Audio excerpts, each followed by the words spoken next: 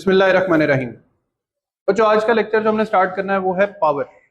Power जिसको हम define करते हैं rate of doing work with respect to time. Work हमने पढ़ लिया, work done by constant, work done by variable, work done by gravitational field. काम कर लिया, कितना कर लिया ये बात तय हो गई, लेकिन वो काम आपने कितनी देर सवेर में किया है, जब हम उसमें टाइम को भी रिलेट करने लग जाएं तो फिर हम स्टडी करते हैं द कॉन्सेप्ट ऑफ पावर। ये आसान सा फॉर्मूला है लेकिन इतना वाइडर पर्सपेक्टिव में है। एक मिसाल से सुनो, काम करना और उसको विद रिस्पेक्ट टू टाइम करना, इसमें क्या इंसानी तरक्की इन्वॉल्व है। इंसान जब से बना पैदा हुआ, प्यास तो लगती रही ना, तुम लोगों को रोज लगती है, पहला लेक्चर खत्म होता है सारे प्यास होके बाहर निकल जाते हो। पानी तक रसाई इंसान की हमेशा से कोशिश रही। जो फ्रेंड्स फिजिक्स चैनल को सब्सक्राइब करेगा उसे 6 का 1 कप फ्री मिलेगा। शुरू में जब ये मोटरें पंप वगैरह नहीं होते थे, लोग दरियाओं से पानी पीते थे, तब दरियाओं के पानी भी अच्छे खासे शफाफ होते थे। या तो लोग दरियाओं के पास बस्तियां बसाते थे, या बस्तियां दरियाओं के पास नहीं भी होती थी तो सफर करना, मशकीज़ें भरने, फिर लेकर वापस आना, फिर उस पानी को पीने के लिए इस्तेमाल करना। तो वर्क किया मगर उसमें वक्त बहुत ज्यादा लगा। वर्क क्या रहा? पानी भरना। थोड़ा सा इंसान और ज्यादा अक्लमंद हुआ, और ज्यादा उसको इशारे किनारे मिले तो कुएं दरियाफ्त हुए। अब कुओं के आसपास बसेरे हो गए। कुओं से भी पानी निकालने का प्रोसेस जो है वो मैकेनिकल प्रोसेस है। किसी रस्सी से बाल्टी बांध के उसको पहले फेंकना फिर निकालना, तो काम है पानी भरना। लेकिन अब की बार ये काम पहले से कम वक्त में हो रहा था। और तरक्की हुई, इंसान को थोड़ा सा पंपिंग प्रोसेस की समझ आई तो हाथ वाले नलके लग गए। अब हाथ वाला नलका मजीद पानी भर सकता है कम अमाउंट ऑफ टाइम में। काम आप एक ही कर रहे हैं कई हजार साल से, पानी भर रहे हैं, लेकिन उसको भरने में जो वक्त लग रहा है वो पहले से क्या होता जा रहा है? कम। तरक्की और हुई, मोटरें लगी, जमीन में खुदाई की, पता लगा जमीन के अंदर तो अच्छा खासा जखीरा है पानी का। मोटर से उसको अब सक्शन करके ऊपर टैंकी तक पहुंचाना, बहुत कम टाइम में आपने बहुत ज्यादा अमाउंट ऑफ वाटर जो है वो अपने पास स्टोर कर ली। अब मोटरों से भी एडवांस में पंप आ गए। तो करते कराते हजारों साल की तारीख में इंसान ने काम क्या किया? पानी भरा। काम क्या किया? पानी भरा। लेकिन उसको करने का जो वक्त है वो वक्त के साथ साथ क्या होता गया? कम होता गया। तो पहले इसको बाय फॉर्मूला डिफाइन करें तो average power is defined as total work over total time. यहां से पहले इसके यूनिट्स पे चले जाते हैं। वर्क का यूनिट अगर जाउल है, टाइम का यूनिट अगर सेकंड है, तो पावर का बच्चों यूनिट क्या पढ़ा जाता है? वॉट। पावर का यूनिट क्या पढ़ा जाता है? वॉट। तो 1 what will be the power if 1 joule work is done in 1 second. ये वॉट की डेफिनेशन है। पावर का एक अदद पुराना यूनिट भी था जिसको हॉर्स पावर बोलते हैं। 1 हॉर्स पावर, ये आप लोगों ने मैट्रिक में भी पढ़ा हुआ शायद, 746 वॉट। ये वैल्यू याद रखनी है, ये आगे जाके हमें न्यूमेरिकल 4.7 में काम आएगी। 1 हॉर्स पावर इज 746 वॉट। फिर बच्चों इसी टॉपिक में एक फॉर्मूला है instantaneous power. Limit time approaches to 0, फिर वही del W by del T. अब ये टाइम के स्मॉलेस्ट इंटरवल में होने वाला काम है। ये टोटल काम ओवर टोटल टाइम है। इसका क्या मतलब है? देखो, एवरेज पावर का मतलब ये है कि आपने 60 जूल काम किया 60 सेकंड्स में, तो आपकी जो एवरेज यानी टोटल पावर है वो कितनी निकलेगी? 1 वॉट। अब इंस्टेंटेनियस का मतलब है कि आपने 1 जूल काम किया पहले सेकंड में, फिर 1 जूल काम किया एक और सेकंड में, फिर 1 जूल काम किया एक और सेकंड में। अगर ये सिलसिला इसी तरह चलता जा रहा है कि आपका इंस्टेंटेनियस का आंसर और एवरेज का आंसर दोनों बराबर आ रहे हैं। एवरेज का आंसर कितना आ रहा है? 1 वॉट। इंस्टेंटेनियस यानी हर सेकंड में चेक कर रहे हैं हम कि कितना कितना काम हो रहा है। अगर वो उतना ही हो रहा है, इन तीनों प्रोसेस में पावर 1 वॉट ही है। बच्चों मुझे बताओ, हम लिख सकते हैं कि एवरेज और इंस्टेंटेनियस पावर इस वक्त बराबर है? तो हम कहेंगे कि पावर डिलीवर हो रही है किस रेट पर? यूनिफॉर्म रेट पर। अभी ये बात नहीं समझ आएगी लेकिन अगले हिस्से में समझ आ जाएगी। एवरेज यही है 1 वॉट। फर्ज करो इंस्टेंटेनियस में ऐसा हुआ कि 1 जूल काम हुआ पहले सेकंड में, 1 ही जूल काम हुआ एक और सेकंड में, लेकिन अचानक 3 जूल काम हो गया 1 सेकंड में। तो बात तो 1 वॉट से चलती चलती अचानक किस पे चली गई? 3 वॉट्स पे। अब हम क्या कहेंगे कि हमारा एवरेज और हमारा इंस्टेंटेनियस जो है ये बराबर नहीं है। हम लिखेंगे average is not equal to instantaneous. तो power is delivered at non uniform rate. अब इसकी रियल लाइफ एग्जांपल पे आ जाओ। अक्सर हमारे घरों में हम कहते हैं यार बिजली ज्यादा हो गई है या बिजली कम हो गई। अब पंखे आप जब से बैठे हो तकरीबन एक कांस्टेंट स्पीड से घूम रहे हैं, बल्ब जल रहे हो तो एक कांस्टेंट लाइट एनर्जी आपको प्रोवाइड कर रहे होते हैं। अचानक किसी बल्ब की रोशनी में कमी आ जाए तो मतलब उस एक लम्हे में या तो वर्क कम हुआ है, और अगर उसकी रोशनी बढ़ गई तो उस एक सर्टेन सेकंड में या चंद सेकंड्स में वर्क पहले से ज्यादा हुआ। अब आपका जो बल्ब है उसकी एक पावर होती, उस पावर के मुताबिक अगर वो लेट से 1 वॉट है तो 1 वॉट देते देते अचानक या उसने 3 वॉट दे दिए या कम करके 0.5 वॉट दे दिए, तो वो अपने एवरेज जितना आंसर नहीं दे रहा। तो काम करते करते अगर कहीं पर काम की मिकदार एकदम किसी लम्हे में बढ़ जाए या किसी लम्हे में कम हो जाए तो फिर पावर क्या कहलाएगी? Non uniform.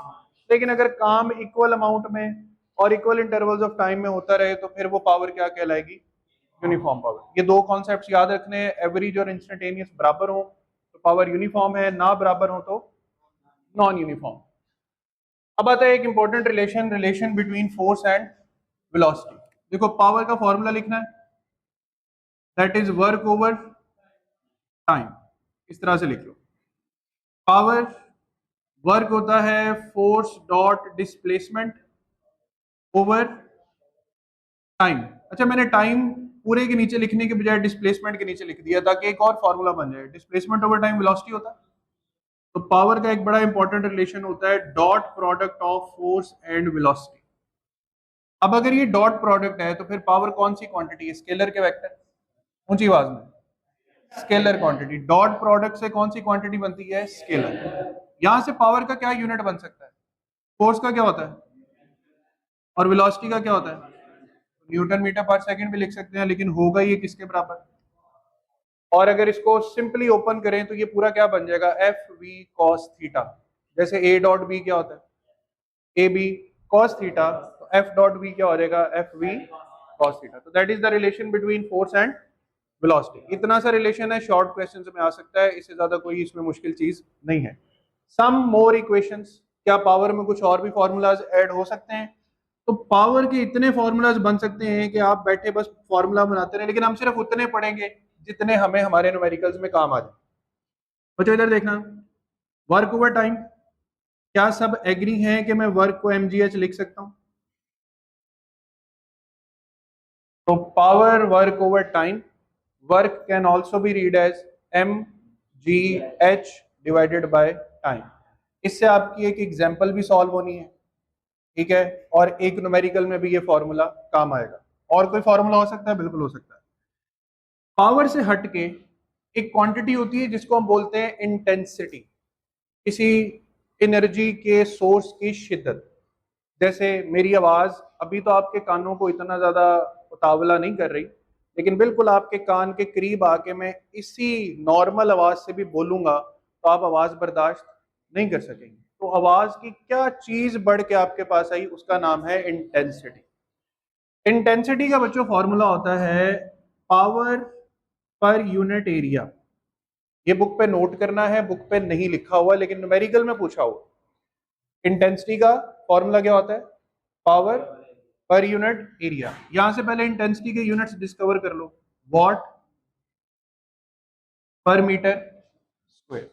और अगर यहां से हमने पावर फाइंड करनी हो तो इंटेंसिटी मल्टीप्लाई बाय एरिया, और एरिया फाइंड करना हो तो पावर डिवाइडेड बाय इंटेंसिटी। लेकिन इंटेंसिटी के यूनिट्स लिख लेना, वॉट पर मीटर स्क्वायर। ये फैक्टर बड़ा इंपॉर्टेंट है। देखो जैसे आजकल सोलर पैनल्स का शदीद इस्तेमाल हो रहा है, तो सोलर पैनल्स के लिए इंटेंसिटी ऑफ लाइट बहुत जरूरी है। बादल आ जाए, रोशनी की शिद्दत कम आ जाए, तो सोलर पैनल वैसी एफिशिएंसी नहीं देता। अब आजकल जितनी धूप है, इस धूप में आपको सोलर पैनल से मैक्सिमम आउटपुट मिलता है, क्योंकि इस टाइम इंटेंसिटी भी क्या है, मैक्सिमम है। तो यहां तक हमने क्या चीजें सीख ली। नंबर वन, पावर को डिफाइन कैसे करते हैं। पावर दुनिया में एक तरह से तरक्की का नाम है। पहले वक्तों में खत भेजे जाते थे, बहुत वक्त लगता था, काम एक ही था। आज भी तो आप लोग खत भेज रहे हैं टाइप करके, खत ही भेज रहे हैं ना, पैगाम भेजना, खत भेजना है। लेकिन इधर से बटन प्रेस करते हैं, मैसेज उधर डिलीवर हो जाता है। तो शॉर्टेस्ट अमाउंट ऑफ टाइम में वही का वही काम होता चला जा रहा है। बिल कैलकुलेशन छोटी सी टेक्निक है जिससे आप घर बैठ के अपनी पूरी इस्तेमाल होने वाली बिजली की कैलकुलेशंस कर सकते हैं कि आपका बिल कितना आएगा। टैक्सेस वगैरह ना लगे अगर हमारे बिलों में, तो हमारा बिल की मिकदार कोई इतनी ज़्यादा भी ना हो। लेकिन वो टैक्सेस लगते लगाते लगाते कोई अच्छी खासी मिकदार तक पहुंच जाते हैं। बिल कैलकुलेशन से पहले बच्चों, ध्यान इधर मेरी तरफ रखना। आपको ये समझ होनी चाहिए कि हमारे घर में इस्तेमाल होने वाली हर डिवाइस एक पावर रखती है। जैसे आजकल इलेक्ट्रिक बाइक्स आ रही, आपको कभी किसी को इत्तेफाक हो इलेक्ट्रिक बाइक परचेज करने का, तो वो आपको ये बताएंगे कि भाई ये 1000 वॉट की इलेक्ट्रिक बाइक है, ये 1200 वॉट की इलेक्ट्रिक बाइक है, वो भी पावर की बेस पे सेल हो रही है।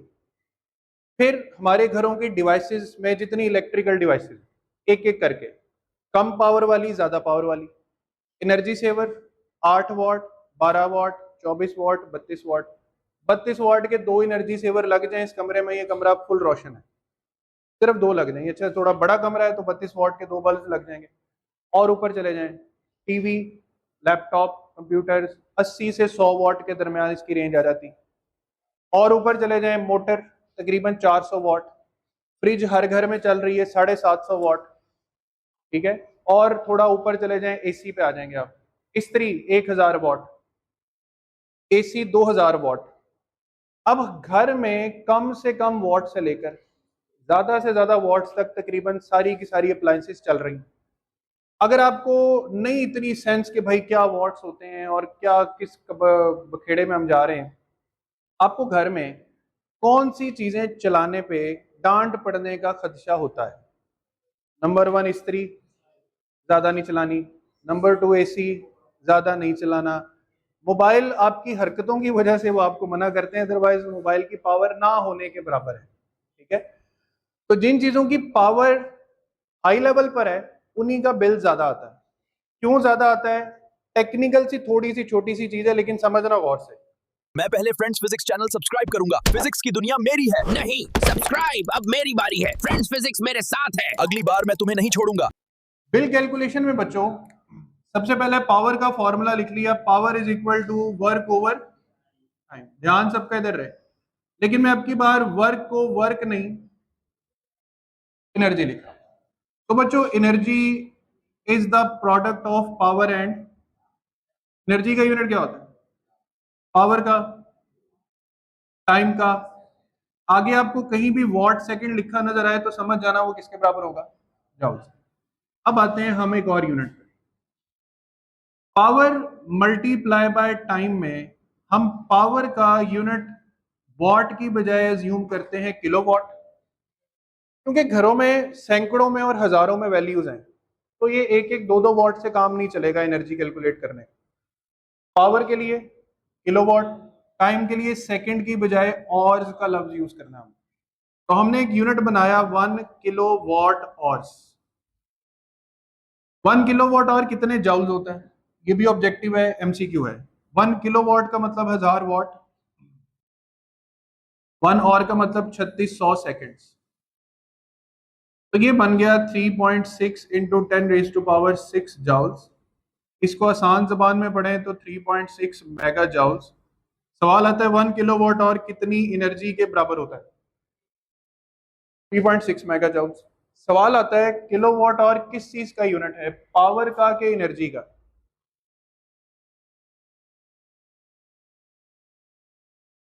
एनर्जी का। अकेली पावर अगर टाइम से मल्टीप्लाई हो जाए, और टाइम के किसी भी यूनिट से मल्टीप्लाई हो जाए, टाइम का सेकंड है, डे है, आवर्स है, मंथ है, पावर अगर टाइम से ज़रब खा रही है तो वो यूनिट पावर का नहीं रहेगा, इसका हो जाएगा एनर्जी का। तो सब मेरे साथ पढ़ें, kilowatt hour is the unit of electrical energy. Kilowatt hour is the unit of electrical energy. और सबसे मजे की बात, यही 1 किलोवाट और आपके पास 1 यूनिट ऑफ इलेक्ट्रिसिटी। जब आपके घर में इतनी एनर्जी इस्तेमाल हो जाए, मीटर पे 1 यूनिट आगे चला जाता है, दोबारा इतनी एनर्जी इस्तेमाल होगी, मीटर पे फिर 1 यूनिट आगे चला जाएगा। अब आप सबको अपने अपने एवरेज हाउस होल्ड यूज में कभी बिल देखा हो तो उसमें नंबर ऑफ यूनिट्स तो पता होंगे शायद। एवरेज घर में आजकल आजकल जैसी डिवाइसेस चल रही हैं 400 से 700 यूनिट्स, कोई बईद बात नहीं है। ठीक है, अगर कोई 200-300 पे है तो वो इंतहाई कफायत शुआरी वाला घर है, इंतहाई कफायत शुआरी वाला। लेकिन अगर आपके घरों में एसी, फ्रिजें, टीवी चल रहे हैं तो 400 से ऊपर ऊपर जानी है बात। 400 यूनिट्स का मतलब है आपने 400 किलोवाट आवर्स का इस्तेमाल किया है। हर एक यूनिट की एक यूनिट प्राइस होती है, प्राइस ऑफ यूनिट। पाकिस्तान में लेट से इस टाइम 60 रुपए तकरीबन इसके लगभग यूनिट प्राइस है। अब अगर आपने 400 यूनिट्स का इस्तेमाल कर लिया है तो उस 400 ने किससे मल्टीप्लाई हो जाना है? 60 से। 4 6 24, 24,000 बिल आपका इलेक्ट्रिसिटी यूजेज का है। लेकिन अगर आपका बिल मजीद 40,000 आया है तो फिर वो 24,000 से ऊपर जो 16,000 है वो आपके टैक्सेस हैं, कोई बकाया जात हैं, या कुछ ऐसी चीज़ें हैं जो अनवांटेडली बिल में ऐड हैं।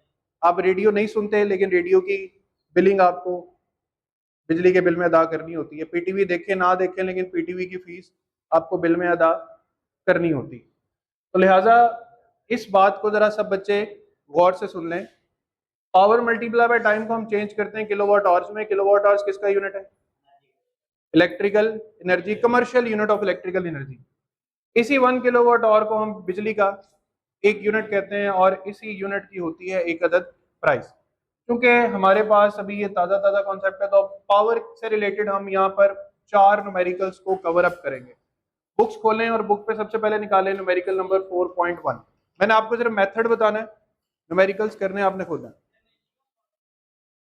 डायमेंशंस ऑफ पावर यहां से निकाल लेते हैं। वर्क की पावर होती है mL2T-2, टाइम की पावर T, टाइम ऊपर जाएगा mL2T-3, बेस यूनिट्स में किलोग्राम मीटर स्क्वायर पर सेकंड क्यूब।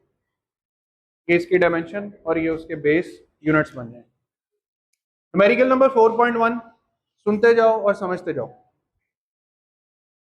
एक मशीन गन से गोलियां फायर हो रही, 6 गोलियां पर मिनट फायर हो रही, पर सेकंड नहीं, 6 गोलियां पर मिनट, यानी टाइम जो है वो कितना है? 1 मिनट में कितने सेकंड होते हैं? 60। हर गोली का मास 40 ग्राम है, किलोग्राम में कितना हो जाएगा? 0.04, और वेलोसिटी 700 मीटर पर सेकंड है। वो मशीन गन कितनी पावर डिलीवर कर रही है? आपने करना क्या है? करना आपने ये है कि आपने पहले फाइंड करनी है काइनेटिक एनर्जी ऑफ 1 बुलेट। कैसे फाइंड करनी है? 1/2 mv²। फिर आपने kinetic energy of 6 bullets find करनी है। उसके लिए आपने 6 को काइनेटिक एनर्जी ऑफ 1 बुलेट से मल्टीप्लाई कर देना। ये आपके पास आ जाएगी टोटल काइनेटिक एनर्जी या टोटल एनर्जी जो डिलीवर हो रही है। फिर आपने पावर फाइंड करनी है, तो 6 बुलेट्स की जो काइनेटिक एनर्जी है उसको टाइम पे, यानी कितने सेकंड्स पे? 60 सेकंड्स पे डिवाइड कर देना है। बुक पे देख के आंसर बता दें कितना? 980 वॉट। ये आपके पास आंसर आएगा। कैलकुलेशन खुद करनी है आप लोगों ने, मैं सिर्फ मेथड बता रहा हूं। एक बुलेट की काइनेटिक, तो टोटल 6 कितनी काइनेटिक लेकर जा रही, और वो 6 काइनेटिक जो डिलीवर हो रही है वो कितने टाइम में हो रही है? 60 सेकंड में। टोटल आंसर कितना आ जाएगा? 980 वॉट। सेकंड न्यूमेरिकल, ये न्यूमेरिकल सोलर पैनल से रिलेटेड है। एक घर की छत पे या एक घर को पूरे का पूरा सोलर पे चलने के लिए 10 किलोवाट की पावर चाहिए, जबकि सूरज की रोशनी की शिद्दत सोलर इंटेंसिटी 300 वाट पर मीटर स्क्वायर है। ध्यान इधर बोर्ड पे रहे। अब सोलर पैनल 100% सनलाइट को इलेक्ट्रिकल नहीं बना रहे भाई, कुछ रोशनी टकरा के पलट भी तो रही, रिफ्लेक्शन जिसे हम कहते हैं। तो कहते हैं एफिशिएंसी ऑफ सोलर पैनल जो है वो 75% है। बताएं कितने एरिया पे सोलर पैनल लगाया जाए कि आपको 10 किलोवाट जो पावर है वो पूरे घर को रोशन कर दे। इसमें इंटेंसिटी का वर्ड यूज हो रहा है, या मैंने एक फॉर्मूला बताया था, intensity power per unit area, और area is power divided by intensity. यहाँ क्या फॉर्मूला लगेगा, area is equal to power divided by intensity. और एक बात याद रखना, यहाँ इंटेंसिटी को एफिशिएंसी से मल्टीप्लाई करना पड़ेगा, क्योंकि पूरी की पूरी इंटेंसिटी नहीं पावर में कन्वर्ट हो रही, कितने परसेंट हो रही है। तो इसकी कैलकुलेशन ऐसे होगी, ऊपर लिखोगे 10,000, नीचे लिखोगे 300 ज़रब 75%। 75% का मतलब है 75/100। तो इसका तकरीबन 44.44 मीटर स्क्वायर एरिया आएगा। आंसर वेरीफाई कर लेना, फॉर्मूला आसान से लगा हुआ है, पावर डिवाइडेड बाय इंटेंसिटी, लेकिन इंटेंसिटी के साथ एफिशिएंसी का मल्टीप्लाई होना जरूरी है। Got it. नेक्स्ट, ये हमारा बिल कैलकुलेशन का सवाल है, न्यूमेरिकल 4.5। कहता है एक 75 वाट का बल्ब है, बल्ब है या फैन है, देखना फैन है मेरे ख्याल में, न्यूमेरिकल 4.5। 75 वाट का फैन है, रोज 8 घंटे चलता है, कितने दिन चलेगा, तभी बिल आएगा ना। तो पहले उसकी एनर्जी कंज्यूम फाइंड करनी है, यानी किलोवाट आवर्स बनाने हैं। फिर जब किलोवाट आवर्स का पता चल जाएगा तो आपने क्या कैलकुलेट करना है, बिल। इधर सब बच्चे देखना, आप यहाँ पे हेडिंग दे लो यूनिट्स, उसके लिए आप लिखो पावर मल्टीप्लाई बाय टाइम। ध्यान सब बच्चे इधर रखना, 2 ब्रैकेट्स लगा लो, power multiply by time. Power कितनी है, 75 वाट, टाइम है 8 घंटे और 30 दिन। अब यहां पे पहले कैलकुलेशन करो, 75 ज़रब 8 ज़रब 30, कैलकुलेटर्स निकालें। 75 ज़रब 8 ज़रब 30, 18,000 वॉट आवर्स। तो ये किलो वॉट्स में कितने हो रहे हैं, 18 किलो वॉट आवर्स। तो हम कह सकते हैं कि यूनिट्स बुनियादी तौर पे कितने बने हैं, 18 यूनिट। एक यूनिट की प्राइस दी हुई है कितनी, 22.5। तो 18 को 22.5 से मल्टीप्लाई कर लो, बिल आ जाएगा। यहाँ पे मैं बिल लिख रहा हूं, बिल 18 ज़रब 22.5, कितना आंसर, 405 रुपीज। तो इस एक पंखे का बिल 405 रुपए है, घर में और भी बहुत सी चीजें लगी हुई हैं तो वो एड अप होती जाएंगी इसी मेथड में। Power multiply by time, power multiply by time, और उसके बाद जितने भी आपके पास नंबर बनेगा उसको वॉट आवर्स में नहीं, किलो वॉट आवर्स में क्या करना है, change. And last numerical, 1 horse power की मोटर है, 15 मिनट चलती है, तो कितने सेकंड चलेगी, 900 सेकंड। वो 400 लीटर पानी, जिसको आप 400 केजी भी लिख सकते हैं क्योंकि लीटर्स में 1 litre equals to 1 KG equivalent consider किया जाता है, 10 मीटर की हाइट तक टैंकी में पहुंचाना है उसने। मोटर काम कर कितना रही है और आउटपुट में काम हो कितना रहा है। मोटर कितना काम कर रही है, तो इसके लिए आपको पावर मल्टीप्लाई बाय टाइम करना पड़ेगा। एक्चुअल में कितना काम हो रहा है, यहां पे आपको mgh लगाना पड़ेगा। अब पावर ऑफ मोटर कितनी और टाइम कितना, तो कितना डिजिट बन रहा है, 671.4 किलो जाउल्स। ये आंसर लिखा होगा बुक पे। 671.4 किलो जूल, ऐसे ही है। और यहाँ पे मास कितना है, 400 मल्टीप्लाई बाय 9.8 मल्टीप्लाई बाय 10, देखें कैलकुलेशन 39.2 किलो जूल। तो मोटर इतनी वर्किंग एफिशिएंसी दे रही है, लेकिन जो एक्चुअल में आउटपुट में काम हो रहा है वो जस्ट 39.2 किलो जूल। तो ये हमारे पास टोटल टॉपिक कौन सा,